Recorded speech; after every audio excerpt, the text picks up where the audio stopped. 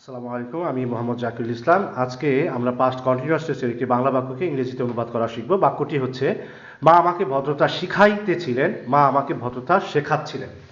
যদি বাংলা ক্রিয়া শেষে চয় ছয় রশ্মি লয়কারী লে দন্তালো থাকে তাহলে সেটা পাস্ট কন্টিনিউয়াস টেন্স হয়।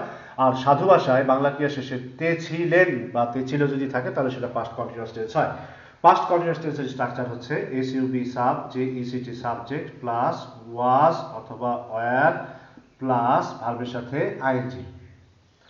এখানে মা ইংরেজি হচ্ছে মাদার, MOTHER মাদার। আমাকে ইংরেজি হচ্ছে মি। ভদ্রতা ইংরেজি হচ্ছে gen, GENT gen, TIT genti, LILY TYT gentility. শেখানোর ইংরেজি হচ্ছে টিচ, এর পাস্ট আইএনজি ফর্ম হচ্ছে টিচিং, GECHING টিচিং। তাহলে স্ট্রাকচার হচ্ছে মাদার, MOTHER মাদার, এর সাথে ওয়্যার বসানো, বসে ওয়াজ টিচিং, এরপরে অবজেক্ট বসবে মি, মা আমাকে শেখাচ্ছিলেন। Gentility, GEN TITLI gentili TYT gentility.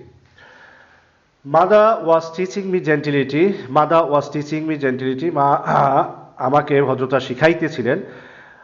Mother was teaching me gentility, মা আমাকে ভদ্রতা শিখাইতেছিলেন বা শেখাচ্ছিলেন। মা আমাকে ভদ্রতা শেখাচ্ছিলেন। Mother was teaching me gentility. Thank you.